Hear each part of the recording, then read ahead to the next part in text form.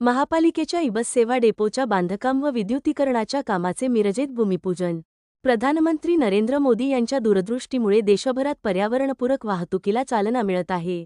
सार्वजनिक व व्यक्तिगत वाहतूक इथेनॉल, इलेक्ट्रिक व सीएनजीवर कार्यान्वित करण्यासाठी सातत्याने प्रयत्न सुरू आहेत.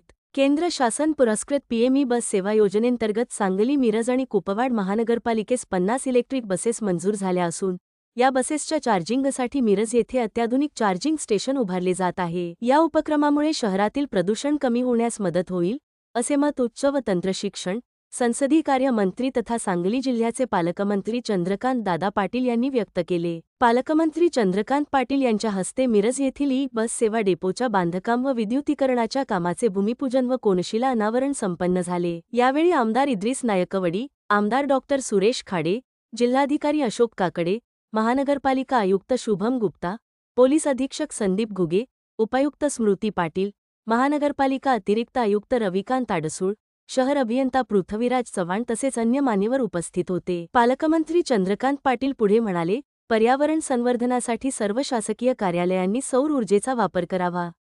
सौर ऊर्जा प्रकल्पांसाठी शासन अनुदान उपलब्ध करून देत आहे.